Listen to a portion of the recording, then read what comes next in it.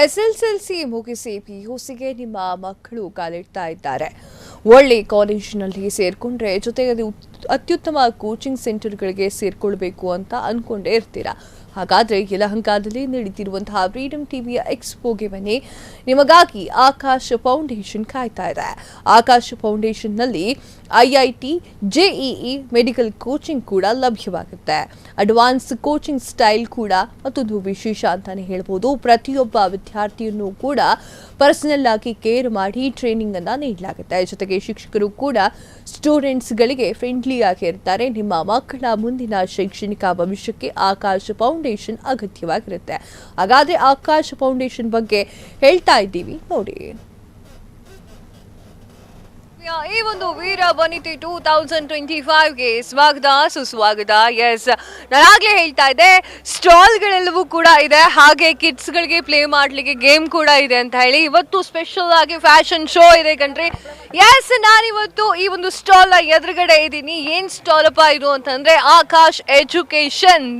ಇದ್ರ ಬಗ್ಗೆ ಇನ್ಫಾರ್ಮೇಶನ್ ಕೊಡ್ಲಿಕ್ಕೆ ಮೇಡಮ್ ನಮ್ಮ ಜೊತೆಗಿದ್ದಾರೆ. ಎಸ್ ಮ್ಯಾಮ್, ನಮಸ್ತೆ. ನಮಸ್ತೆ ಮ್ಯಾಮ್. ಓಕೆ ಮ್ಯಾಮ್, ನಿಮ್ಮ ಹೆಸರು? ಕಾವ್ಯ.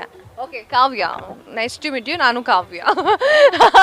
ಎಸ್, ಇದು ಏನಿದು ಆಕಾಶ್ ಇನ್ಸ್ಟಿಟ್ಯೂಟ್? ನಾವು ಆ್ಯಕ್ಚುಲಿ ನೀಟ್, ಜೆಇ ಮತ್ತು ಅಡ್ವಾನ್ಸ್ ಮೆಡಿಕಲ್ಗೆ ನಾವು ಕೋಚಿಂಗ್ ಕೊಡ್ತೀವಿ. Foundation 6th to 10th.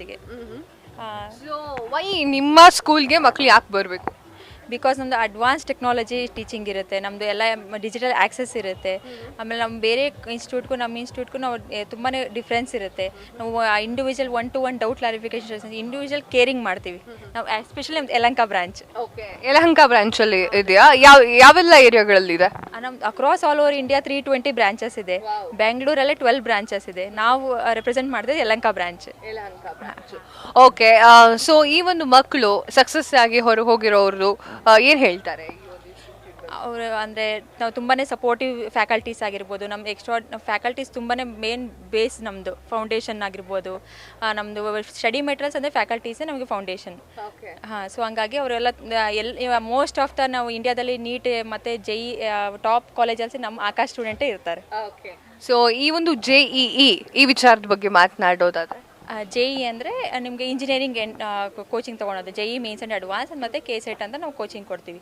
So ಹಂಗಾಗಿ ಅದರಲ್ಲಿ ನಿಮಗೆ ಫಿಸಿಕ್ಸ್, ಕೆಮಿಸ್ಟ್ರಿ, ಮ್ಯಾಥ್ಸ್ಗೆ ನಾವು ಬೇಸ್ ನಾವು ಸಬ್ಜೆಕ್ಟ್ ಟೀಚಿಂಗ್ ಕೊಡೋದು. ಫಿಸಿಕ್ಸ್, ಕೆಮಿಸ್ಟ್ರಿ, ಮ್ಯಾಥ್ಸ್ನ ನಾವು ಟೀಚಿಂಗ್ ಪರ್ಫೆಕ್ಟಾಗಿ ಅವ್ರಿಗೆ ಇಂಡಿವಿಜುವಲ್ ಆಗಿ ನಾವು ಫೌಂಡೇಶನ್ ಹಾಕಿ ಕೊಡ್ತೀವಿ ನಾವು ಅವ್ರಿಗೆ. ಹಾಂ, ಸೊ ಈ ಒಂದು ಸ್ಟೂಡೆಂಟ್ಗಳಿಗೆಲ್ಲ ಏನು ಹೇಳೋಕೆ ಇಷ್ಟಪಡ್ತೀರಾ ಆ್ಯಂಡ್ ಹೆಂಗೆ ವೆಲ್ಕಮ್ ಮಾಡ್ತೀರಾ ಅವ್ರನ್ನ?